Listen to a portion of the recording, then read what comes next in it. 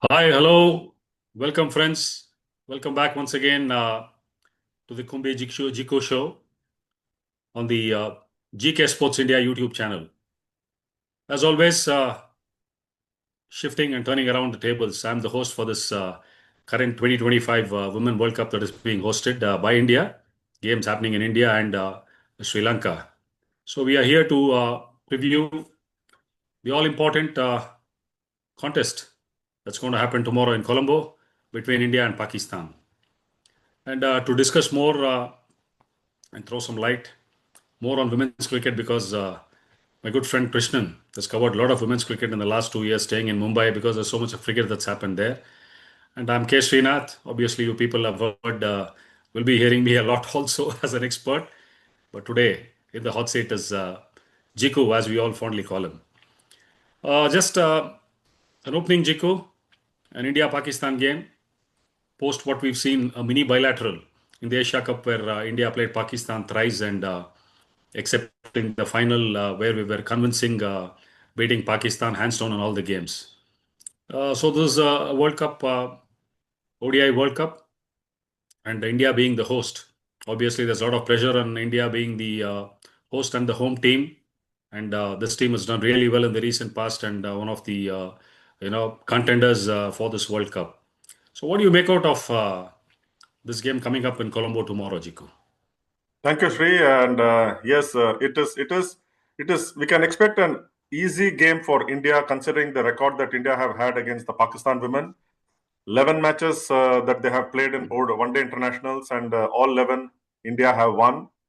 And if you look at the World Cup per se, the men's team has also drawn a blank against India. So India and Pakistan in World Cup matches, the dominance is only going to extend. Just that it is being played in a neutral country, Colombo. But my only concern is the weather. Will weather allow a full game or even rain restricted, whatever, condensed match? Because on Saturday, we saw the match being abandoned between Australia and Sri Lanka. So I would say Sri Lanka were lucky to get 1 point, or Australia were robbed of one extra point. So rain holds the key, but then hoping that there is a match, India is going to dominate and get 2 more points to their kitty. So it's going to be, but then they have to guard against complacency.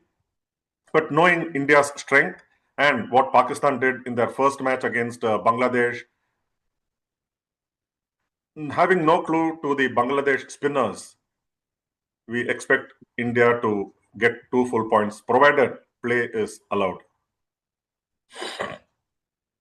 Well, you've been very categorical and you've just, made a striking statement saying that it's India all the way and it's going to be 12-0. The only way. Do you think Pakistan would be hoping for rain? Because, per se, woman to woman, they are no match for this strong Indian side. So the only way for them to, save themselves from another defeat and making it 12-0, you mean to say it's only going to be weather which could play the spoil sport and that's the only way Pakistan can garner a point against India. That's a very interesting fact. Well, coming back to what Pakistan did in their first game against Bangladesh in Colombo, because mind you, Pakistan is going to play all their games in Colombo, and in fact, a professional side like now India played all their games, most of the games in Dubai in the Asia Cup.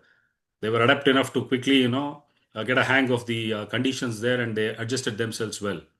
And now Pakistan is in a very similar situation, and they struggled against the spinners in the first game against Bangladesh. Either it was one dour defense or when they tried to accelerate, they were just caught within the circle. Three leg spinner, one left arm spinner, and off spinner. They didn't have a clue. Do you think, India will deploy a similar strategy? And obviously, the conditions in Colombo, whether it's rain, no rain, we are going to see, spinners get a lot of help. What do you think would be the strategy of Pakistan? Would they change anything or do something different? Because, mind you, they're up against a potent Indian spin attack, which has got a lot of experience and a fair bit of variety also. One thing that Pakistan will, if I can use the word rejoice, is that they will not be playing a leg spinner because India does not have a leg spinner, but they will definitely be up against some quality left arm spinners and off spinners. But then see that's the thing that India don't have. They don't have a leg spinner. The leg spinners of Bangladesh picked up 5 wickets against Pakistan, and barring their opening medium pacer who picked up 2 wickets without giving any run, it was all spinners who destroyed Pakistan batting lineup. So it is not going to be any different. Indian spinners, I get a feeling that should India go in with 4 spinners, which they are likely to get Radha Yadav or give Radha Yadav a game, it is going to be 1 medium pacer and 4 spinners, and that will be a total what can we say? A complete outplaying Pakistan with the spinners. That's the thing that India will look at. But then why would you change a winning combination? India won again. No, that's what I wanted to come to you. India has got an option of bowling leg spin. Harleen Deol can turn her arm over and bowl leg spin. If that is the case, and obviously India would have watched the way Pakistan played, and if they have to press somebody into service, obviously they will do that with Harleen Deol. I wanted to come to you on the combination which India would look at, Jiku, because we have 2 more fast bowlers on the bench. We've got the experienced Renuka Singh Thakur, who's recovered and come back after injury. She's not played much cricket in the last 6 months. Also, we've got Arundhati Reddy. I mean, having known the conditions prevailing in Colombo, it would be a luxury for India to play 2 fast bowlers. The advantage they have is Amanjit Kaur can bowl seam up with the new ball, pitch in with 4 or 5 overs, and she's a very capable middle order batter. I think she was the one with a brilliant partnership with Deepti Sharma, which just got India off a real tender position in the first game against Sri Lanka. So coming to that, I don't think we are going to see any change in the batting per se, and even in the spin department. Do you think, having not played much international cricket for 6 months, will India be tempted to give Renuka Singh Thakur a go? Yeah, why not? If they decide to give her a go, who do you think she would be replacing? Or the other option is, will they look at trying to play a fourth spinner? Looking at the prevailing conditions, just not go blindly saying that Pakistan have struggled against spin generally in the recent past. So what is it that you look at? This game gives India the chance to give those who did not play the first game, give them game time and make them ready for the tougher contests ahead. So definitely, if Renuka Singh has to come, it will be a welcome sign. She will also get used to the match situations, because after Colombo, they're going to play all their remaining matches in India. So it will give her some game time and also know where she actually stands as far as her rhythm is concerned. There is no questioning her ability. She has been a top class bowler for quite some years, opening the bowling, picking up wickets up front in the power play, and giving the usual breakthroughs in the middle and in the end.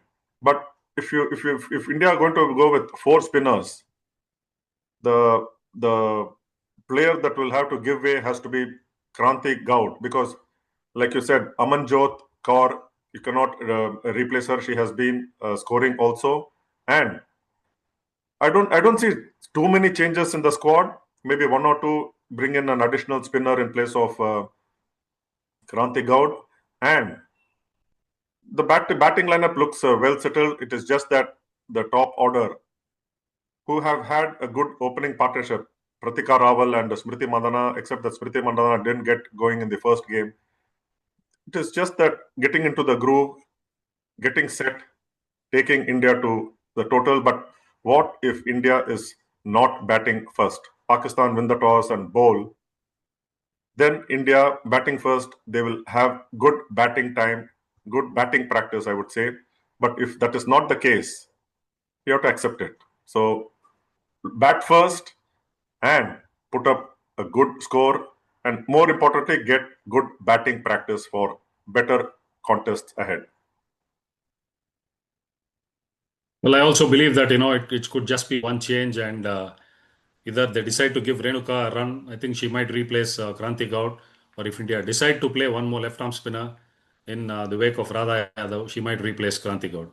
Well, that's one side of it, and it's very clear that it's going to be a game that India would certainly relish always because they're playing against Pakistan.